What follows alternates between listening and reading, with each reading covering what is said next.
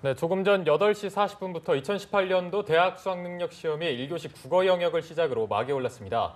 조금 전 보신 것처럼 수능 출제 기관인 한국교육과정평가원이 출제 원칙과 경향을 밝혔습니다. 네, 사회부 박소주 기자와 함께 자세한 내용 알아보겠습니다. 어서 오십시오. 네, 안녕하세요. 네, 안녕하십니까. 자, 일단 조금 전에 평가원이 밝힌 이번 수능 시험의 출제 경향을 한번 짚어주시죠. 네, 방금 전인 오전 8시 40분 1교시 국어 영역 시험이 시작이 된과 동시에 한국교육과정평가원이 이번 수능의 출제 원칙과 경향을 발표했습니다. 네. 궁금했던 수능 출제위원장은 이준식 성균관대 교수였고요. 수능 검토위원장은 민준홍 한양대 교수가 맡았습니다. 네. 출제위원장인 이준식 교수는 일단 올해 수능 시험을 전년도 기조에 맞춰서 전반적으로 2009년 교육과정 기조를 충실히 반영하려고 노력을 했다라고 밝혔습니다. 네. 학교 교육을 통해 학습된 능력을 측정을 하기 위해서 고등학교 교육과정의 내용과 수준에 맞춰서 출제를 했다라는 설명인데요. 네. 특히 핵심적이고 기본적인 내용은 중심으로 출제를 했고 고등학교 교육 정상화에 그래서 도움이 되고자 했다라고 설명을 했습니다. 네. 이미 출제된 문제라고 하더라도 다소 수정해서 출제를 하고 또 핵심적이고 기본적인 내용을 그래서 반영을 하려고 했다라고 설명했습니다.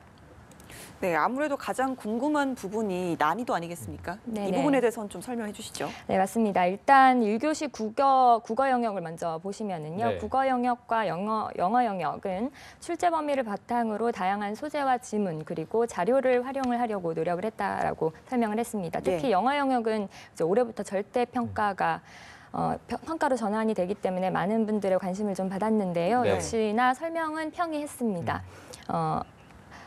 고등학교 수준을 반영을 하려고 최대한 노력을 했다라는 설명이었고요. 또 수학 영역과 사회과학 그리고 직업 탐구 그리고 제2외국어와 한문 영역은 개별 교과의 특성을 바탕으로 한 사고력 중심의 평가를 지향했다라고 설명을 했습니다. 또 필수로 지정된 한국사는 역사에 대한 기본 소양 평가를 위해서 핵심 내용 위주로 역시 평이하게 출제했다는 설명입니다. 일단 전반적으로 보면 기본 개념에 대한 이해, 그리고 적용 능력, 그리고 또 주어진 상황을 통해 문제를 해결하고 추리하고 또 분석하고 탐구하는 사고 능력을 평가할 수 있도록 출제를 했다고 하는데요. 각 문항은 교육과정상의 중요도, 그리고 사고 수준, 문항의 난이도와 소요 시간 등을 종합적으로 고려해서 차등 배점되게 됩니다. 네. 또 학생들의 과도한 수험 준비 부담을 완화하기 위해서 학교 교육이 내실화될 수 있도록 또 전년과 같은 출제 기조를 전반적으로 유지하면서 예년과 같이 고등학교 교육과정을 충실히 이수한 학생이라면 누구나 문제를 쉽게 해결할 수 있는 수준으로 출제하고자 했다라는 설명인데요. 사실 수능 난이도는 평가원의 분석과 수험생들이 느끼는 체감 난이도가 다른 경우가 많습니다. 네. 이 때문에 정확한 분석은 오늘 수능 시험을 다 마친 뒤에 이루어질 것 같습니다. 네. 자, 그리고 지금 시간이 8시 53분을 지나고 있는데 한 13분 전쯤 8시 40분부터 1교시 국어 영역이 시작이 됐습니다. 오늘 수능이 전체적으로 좀 어떻게 진행되는지 한번 짚어주시죠. 네, 전국 85개 시험지구 1,180개 시험장에서 2018학년도 수능이 지금 일제히 치러지고 있습니다. 올해 수능에는 59만 3,522명이 응시해서 지난해보다 인원이 12,460명, 2.1% 줄었습니다. 시험은 아침 8시 40분 1교시 국어 영역을 시작으로 2교시 수학, 3교시 영어, 4교시 한국사와 탐구, 그리고 5교시 제2외국어와 한문 순서로 오후 5시 40분까지 이어집니다. 네. 올해부터는 영어 영역이 말씀드렸듯이 절대평가로 전환이 되는데요. 이 때문에 성적표에 표준 점수와 백분위 없이 등급만 표시됩니다. 네. 영어가 이번 수능에 어떤 영향을 미칠지에도 관심이 쏠리고 있는데요.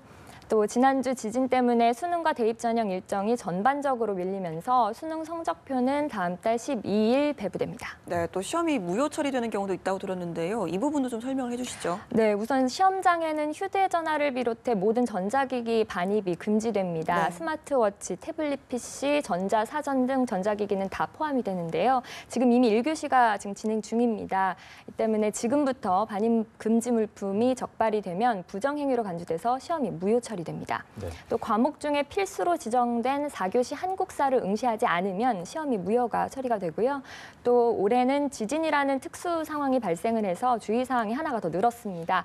포항에서는 어젯밤 10시 넘어서까지 규모 2.0의 여진이 발생했는데요. 예. 만약 시험 도중 여진이 발생해서 비상 상황이 벌어질 경우 주의해야 합니다. 현장에서 감독관이 시험을 재개할지를 결정하게 되는데 감독관의 말을 듣지 않고 교실에서 이탈하거나 할 경우에는 시험 포기로 간주됩니다. 네. 아직까지 저희가 여진 소식이 들어온 건 없는데요. 일단은 현재까지 별탈 없이 수능이 진행 중인 것으로 보입니다. 네네. 근데 시험 도중에 여진이 발생하면 비상 상황이 되는 걸 텐데 이렇게 여진이 나면 저희 수험생들은 어떻게 대처를 해야 될까요? 네, 일단 시험 중에 여진이 나면 기상청은 각 시험장 책임자와 관리본부에 예상 진도에 따른 3단계 알람을 보냅니다. 진동이 거의 느껴지지 않는 정도면 시험은 그대로 진행됩니다. 화면으로 함께 보실 텐데요. 3단계 중에 가장 낮은 가 단계입니다. 그 다음으로 모두가 느낄 정도의 진동이라면 일단 시험을 일시 중지하고 감독관은 책상 아래로 수험생들을 대피시키게 됩니다. 네. 이때 기상청이 두 번째 단계인 나단계를 통보하면 안전에는 문제가 없는 것으로 판단해서 감독관은 대피 시간을 반영해 시험을 재개하게 됩니다. 마지막으로 지난주 상황처럼 실제 피해가 우려되는 다단계라면 이때는 감독관 지시를 받아 교실 밖으로 대피해야 합니다. 시험 무효 처리가 원칙이지만 상황에 따라 시험이 재개될 수도 있습니다. 시험 시간이 아닌 쉬는 시간이나 점심시간에 여진이 발생한다면 이때는 시험장별 긴급 방송에 따라 책상 밑으로 대피하고 이후부터는 각 학교 방송을 따르면 됩니다. 현재 중앙재난안전대책본부는 포항과 서울, 세종을 단일 채널을 연결하는 한라인 통신망을 열어두고 있습니다. 네. 또 포항 각 시험장에는 소방관과 경찰, 건축구조 기술자뿐만 아니라 의사와 구조대원, 재난관리 전문가 등 안전요원이 배치돼 만일의 사태를 대비하고 있습니다. 네, 지금까지 사회부 박수주 기자와 함께 2018학년도 수능 출제 경향과 또 수능 진행 상황에 대해서 알아봤습니다. 오늘 말씀 고맙습니다. 고맙습니다.